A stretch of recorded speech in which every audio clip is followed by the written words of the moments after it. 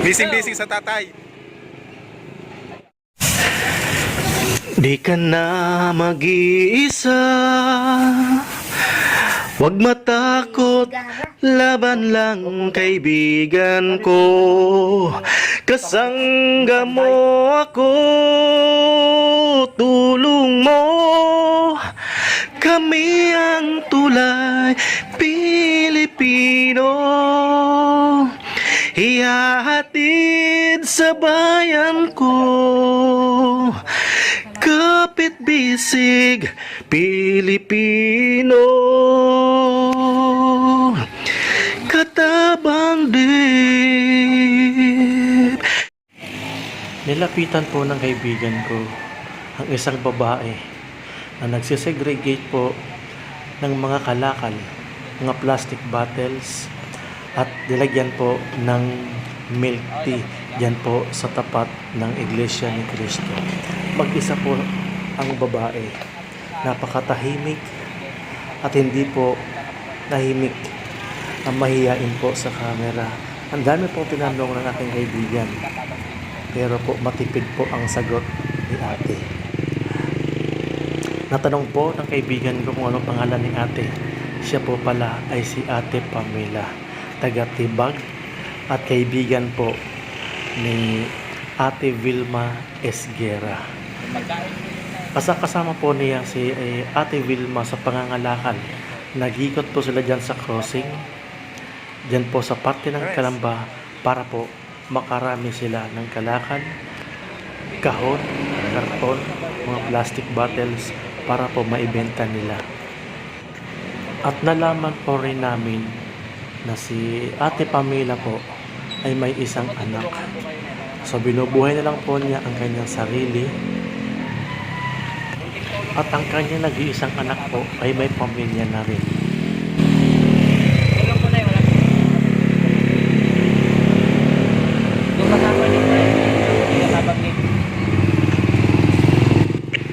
Naging matipid po si Ate Pamela sa mga sagot, o dahil po sa mahina po ang kanyang pandinig at nahihiya po sa harap ng kamera. Lilipat na po si Ate Pamela sa ibang lugar, doon po mismo sa malapit sa kaibigan niyang si Ate Bing, ay isang balot vendor, at para doon po isegregate lahat ng kanyang mga nakuhang mga kalakal. So nahirapan pong tumawid si Ate Pamela dahil po sa pasulpo-sulpot ng mga sasakyan dyan sa lugar.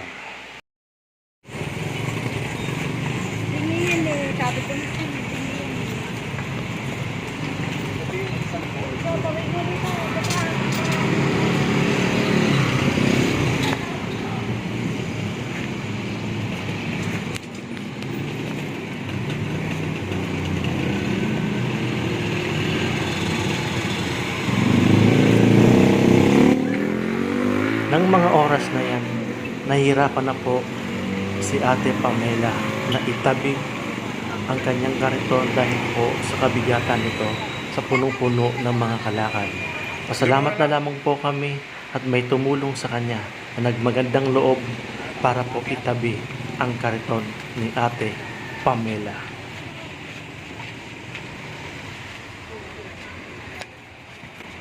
At dito na nga po ako nabigyan ng pagkakataon para makausap ng personal si Ate Pamela at maitanong sa kanya ang personal na buhay at kung bakit po niya ginagawa ang pangangalakal.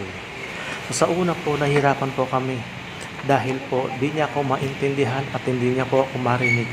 So kailangan ko pong lakasan ang boses para po magkarinigan kami, at dahil na rin po sa kahinaan ng kanyang boses. Sadya pong mahiyain si Ate Pamela. Opposite naman po kay Ate Vilma Esguera na napakadaldan. Gustong-gustong nabibidyohan, gustong-gusto kaharap ang camera. Okay na sa inyo? Okay na ba tayo? Ano pangalan mo na Pamela? Walang asawa? Wala po. May anak ka? May anak po. Yan anak niya. Saan po yung anak niya? Pero po ito anak. Saan po yung anak niyo? May asawa na. Ay, may sawa na. So, ito pong anak buhay mo. Mga lakad. Para si Ate Vilma. Ay, sa, di ba? Kapit-bahay mo lang. So, ngayon tayo, may bibigay kami sa iyo. Grocery, lalo na sponsor natin. Yung shoutout po kay Madong Farm from Canada. Yes, pasuyo ako din sa grocery niya. Kay Nanay Pamela. Sa Nanay. May bigas po. May sabon. Dapat yan. Pasensya ka na siya na yan. Yan muna. Ang kaya niya ngayon. Galing po sa Canada. So, galing sa Canada. Dapat yan. Ay po. Ano na po? Magkalamat ka dyan. Naka-sponsor din po sa Canada po. Ano sabi niyo? Doon po sa sponsor natin sa kay Malung Farms. Opo. Ano mo sabi niyo? Ano yung masasabi niyo? Wala akong masabi. Yan. Salamat ka. Salamat po kayo sa binigay sa Salamat ka Canada. dyan. Galing po sa Canada. Dito sa camera. Salamat ka. Salamat po kayo. Salamat ka. Kumawin ka. Dumanang ka. Hawakan ko muna. Hawakan ko muna. Salamat po kayo.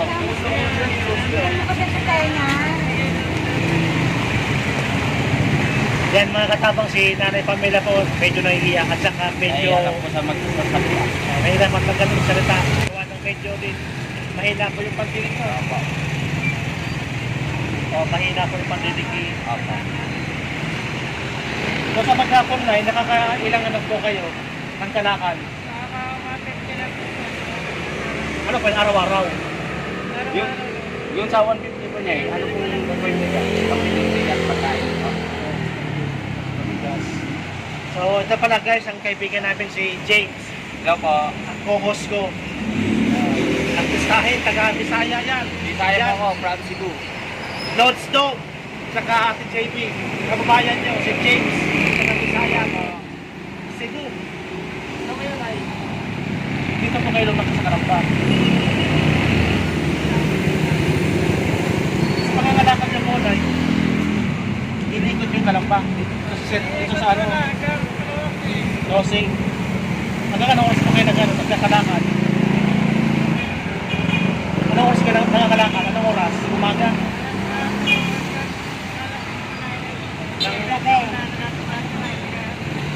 Magkano kung kilo ng ano, ng mga ano, plastic? Magkano po? Mura lang. So, saan niyo po binibenta yan? Dito po sa junk shop. Kay Perla. Sa junk shop. O, buti pa kayo na, may kariton. Matalang siya TV, wala. Nakaatang-atang lang niya.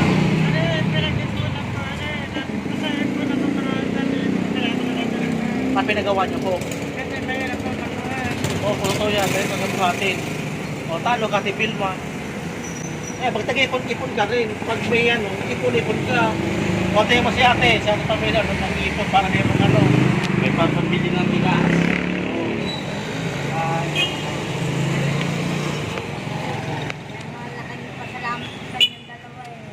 So, yung anak niyo po, kumain.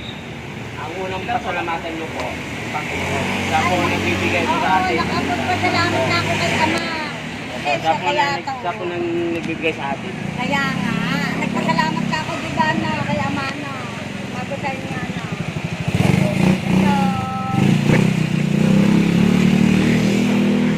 So, Nay, kumain na kayo. Kumain na kayo. Sige, kumain ka na. Kumain na ako. Very Bakit na good. kami kumain kami. May nagpakain sa aming lalaki. Saan po? Saan? Yan po, sa pare. Wow. Mabait yun. May nakain kayo. Sabi, Nay, gusto niyo pare. Hindi naman namin pinangkihan. Grasya yun eh. Sabi, nagpasalamat Kaya na nga ako kay po, Ama. kaya nga pong ginawa namin ng video na to. Sige, kaya mo yan. Naghahanap po kami ng tao matutulungan.